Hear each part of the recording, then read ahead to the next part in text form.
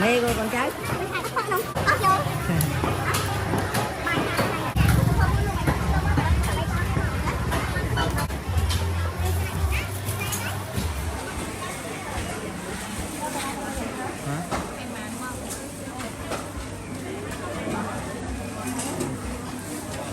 Mua nó nhé. Dạ, mua gì ạ?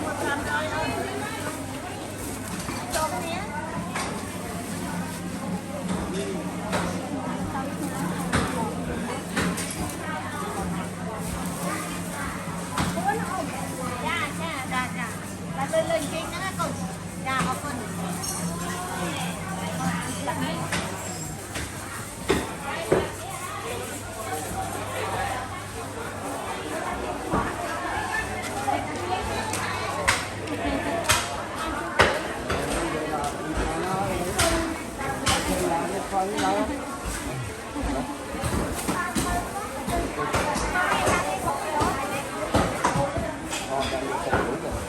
Họ tự chịu. Còn được Nè.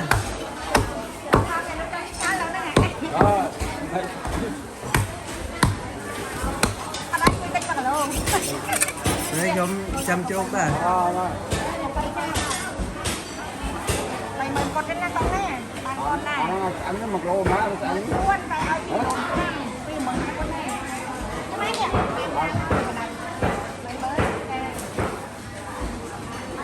Con này cho con. Cà cho con nó, trời ơi, cho con đi rồi. Con cái này. Ai còn to. Lơm rồi. Cho tao bay má nhá. Bay má đi ao mượn bay buôn mượn bay. Mình đây. Dạ. Ở đây xài bay xài cho một cái lá lô. Lo má tự chịu. Dạ, nguyên đâu nha, ai ta mượn luôn rồi ông xài Với luôn nó thơm cho con nó nghe hả, lên ban đi ra tới cái này.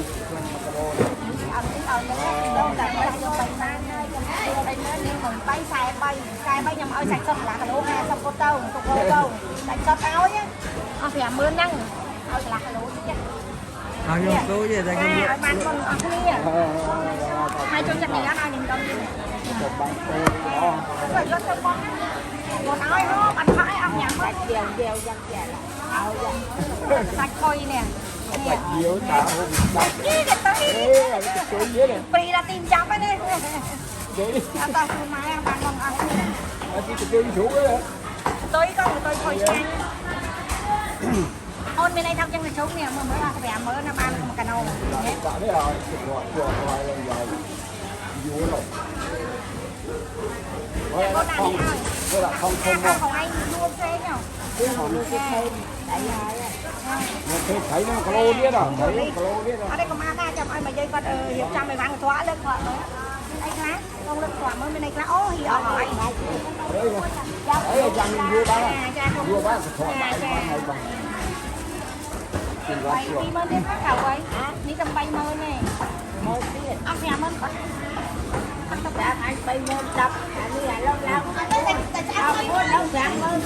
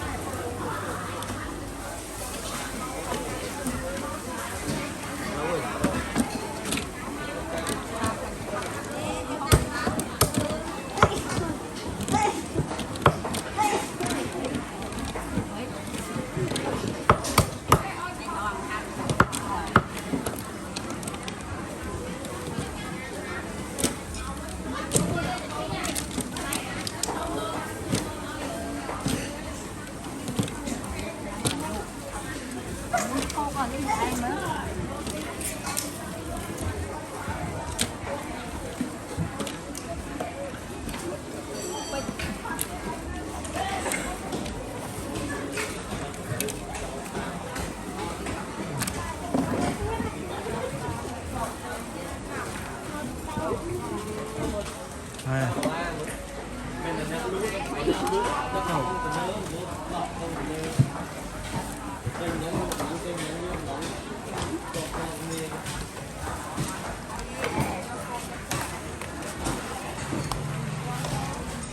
Bơ bữa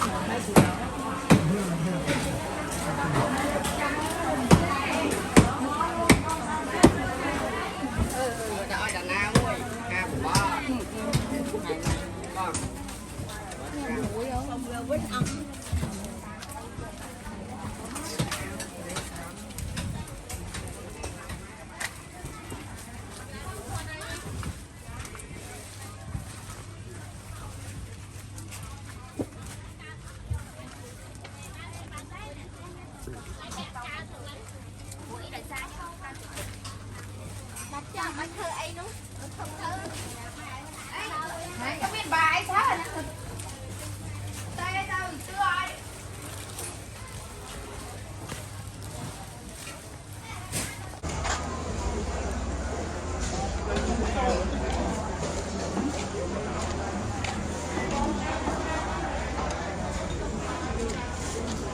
Anh em mà để.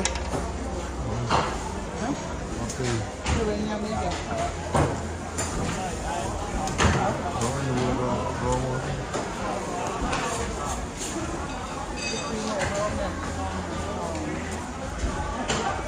Ra cái tên máy.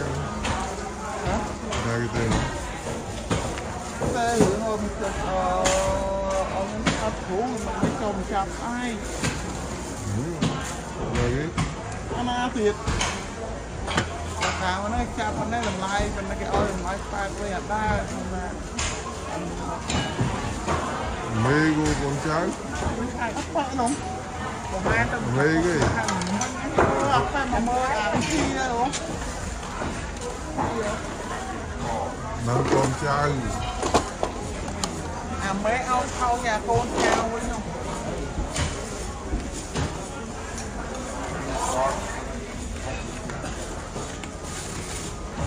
Mà mỗi con còn được tập mấy năm mấy Cái tên gì thế? nó hay mà tình ấy cái mẹ kêu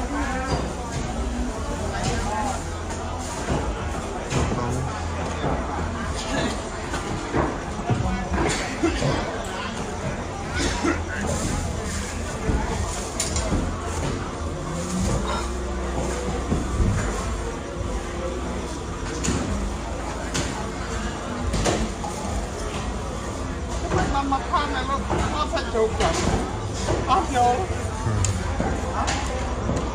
bài này Đúng rồi. lấy số chỉ ngon rồi Còn món này.